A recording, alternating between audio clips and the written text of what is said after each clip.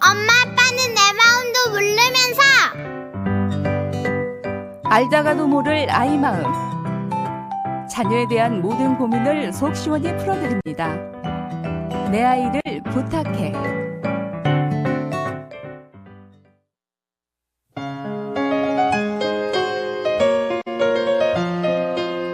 안녕하세요. 저는 5살, 7살 남매를 키우는 엄마입니다. 저희 부부는 맞벌이 가정입니다.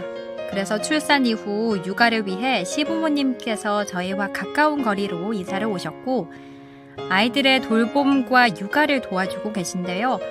너무나 감사하지만 때론 시부모님과 양육 방법에 차이가 생겨 고민입니다. 저는 보통 아이들이 유치원에 다녀온 후 취침 시간이나 놀이 시간을 정하고 이에 따르도록 가르치는데 시부모님은 하루하루 스케줄에 따라 유연하게 움직입니다. 그러다 보면 늦게 잠들어 제 시간에 일어나지 못하는 경우도 생기는데요. 서로의 양육 방식을 어떻게 조율해 가면 좋을지 잘 모르겠습니다. 내 아이를 부탁해서 알려주세요.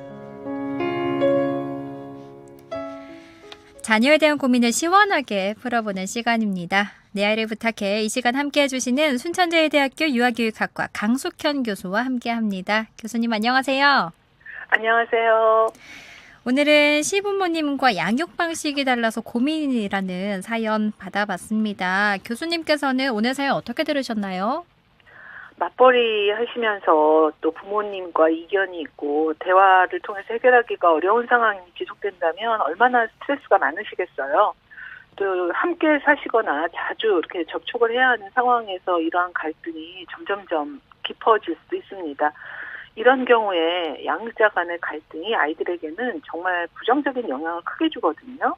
현명한 대처, 또 의견 조율이 필요하다고 보여집니다. 사실 시어머님과 며느리 이게 고부 관계니까 이 문제를 어떻게 접근하면 좋을지 고민이 될 것 같아요. 네, 감정이 아닌 문제 중심의 접근이 필요할 것 같아요. 왜냐하면 감정적인 갈등으로 흐르게 되면 문제 자체를 놓치게 됩니다. 네. 개인적인 비난이라든가 감정적인 표현은 서로 피해야 하겠고요. 구체적인 상황과 문제에 대해서 이야기를 나눠야 되겠거든요. 그래서 먼저 문제의식을 갖고 계시는 어머니께서 조부모님께 아이에게 간식을 챙겨주시는 게 건강에 어떤 영향을 미칠까 제가 좀 걱정이 돼요. 이렇게 말을 해본다든가 또 그럴 때 이제 말이 또 서운함을 유도하기도 하거든요. 그래서 어머니가 손주를 많이 아끼고 사랑하시는 거 잘 알아요 하고 말씀을 시작하신다면 조부모님께서도 방어적이거나 상처를 받기보다는 좀 대화에 개방적으로 응하실 수 있지 않을까 이런 생각이 드네요. 그렇군요. 아무래도 엄마 아빠가 회사에 가 있는 동안 조부모님께서 돌봐주시는 거니까 어느 정도 역할을 분담해 보는 것도 좋은 방법이 될 수 있을 것 같아요. 역할을 명확히 분담하는 것은 너무나도 중요한 전략입니다. 일관된 규칙을 서로 역할 분담으로 시작해 주시는 것이 현명하겠는데요. 그렇게 하려면 명확하게 경계를 구분 지으셔야 되겠죠. 그래서 부모가 결정하는 부분, 또 조부모님께서 관여하실 수 있는 부분 이렇게 구체적으로 좀 나눠보시면 해요.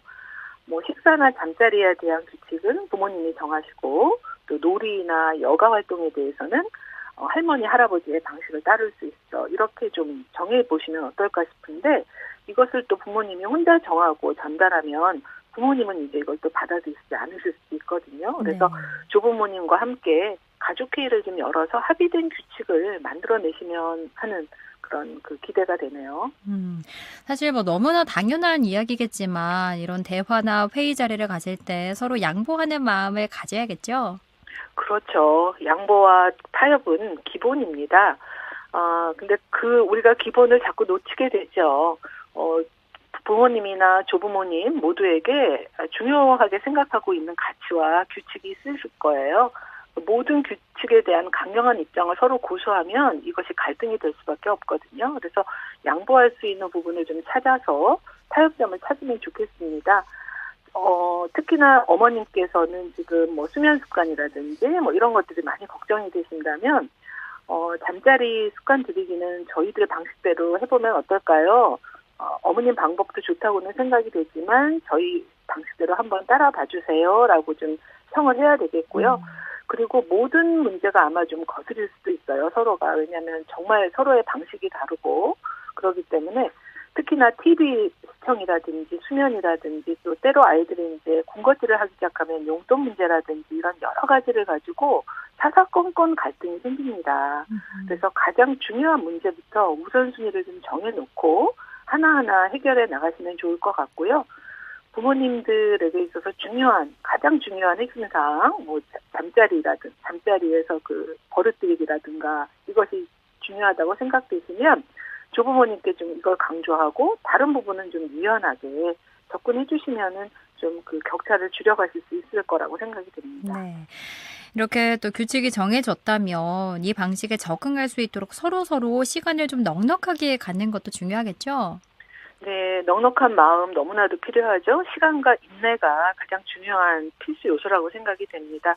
조부모님께서는 아무래도 이전 세대의 양육 방식을 따르시겠죠. 또 갖고 계신 경험의 노하우도 있으실 테고요. 그런데 또 어머님께서는 현대적인 어떤 과학적인 양육 방식이라든가 나름의 가치관을 갖고 있으시단 말이죠.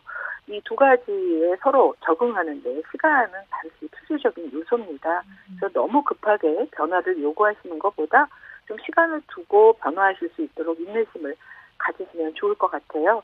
그래서 그렇게 하려면 마음을 다해야 되겠죠. 그래서 조부모님의 그 방식이 부모님의 의견을 많이 반영해 주신다. 그런 모습이 보여진다 할 때는 즉각적으로 어린아이들에게 우리가 긍정적인 피드백을 해주듯이 조부모님께도 감사를 표현하는 겁니다. 어머님께서 아이 밥 먹는 시간에 맞춰서 이렇게 해주시니 정말 감사해요 라든지 하면 더욱더 조부모님께서도 엄마 아빠의 마음을 이해하고 더 협조적으로 행동해 주실 것 같아요. 네, 그렇겠네요. 또 지난 시간에 저희가 할머니, 할아버지 앞에만 가면 버릇이 없어진 아이를 어떻게 훈육하면 좋을까 얘기를 나눴는데 그때 부모의 권위를 잃지 않는 게 무엇보다 중요하다 이렇게 말씀을 해주셨거든요. 오늘도 육아 방법이 서로 달라 갈등을 겪을 때도 부모의 권위는 지켜주는 게 좋다고 보시나요? 조부모님의 의견을 존중하지만 최종 결정은 부모님이 내린다는 것을 명확하게 하셔야 돼요. 그리고 이걸 아이가 인식하게 해주셔야 됩니다. 그래야 이제 아무래도 양육에 그 오랜 시간 동안 부모와 함께 할 거기 때문에 아이에게 일관된 메시지를 전달하는 것이 너무 중요하거든요. 그런데 이제 그게 계속 한 번에 되지가 않아요. 조부모님께서는 다른 방식을 또 계속 어머님이 안 계실 때 고수하시기도 하거든요. 그럴 때는 부모님이 아이에게 따로 설명을 좀 해주실 필요가 있어요. 할머니께서 이렇게 말씀하시지만 할아버지가 이렇게 하시지만 우리 집에서는 이렇게 해야 돼 하고 부모님이 규칙을 전달을 해주셔야 됩니다. 그리고 일관되게 그렇게 끌고 나가주시면 아이가 엇갈리지 않을 것 같습니다. 그런 와중에도 육아로 인한 조부모님과의 갈등이 너무 심각하다, 풀 수 없겠다 싶으면 전문가의 도움을 받아보는 것도 좋겠죠? 네, 가족 상담사나 요즘 아동 발달 전문가들이 있습니다. 아무래도 제3자의 조언이 오히려 문제를 해결할 때 도움이 될 때가 많습니다. 네.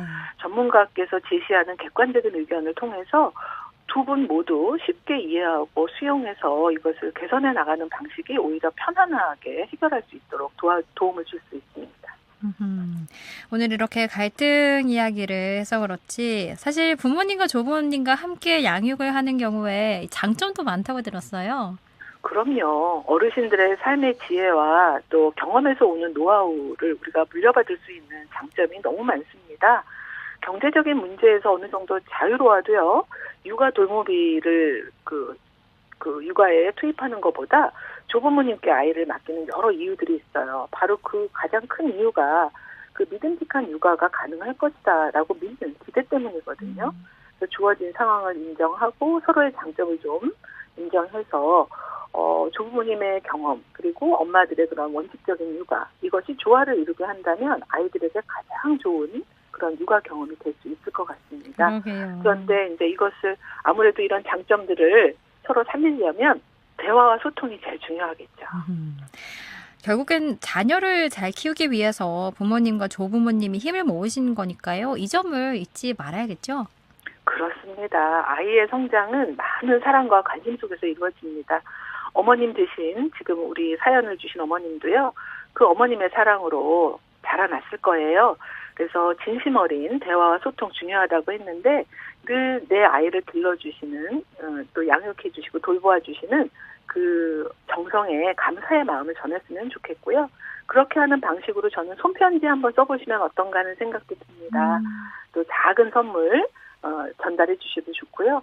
조부모님께서 좋아하는 음식이나 취미에 맞는 간단한 그런 선물 같은 거 주시면 정말 보람되어 하실 거예요. 그리고 또 부모님들은 아이와 함께 같이 지내는 시간 굉장히 행복해 하시거든요.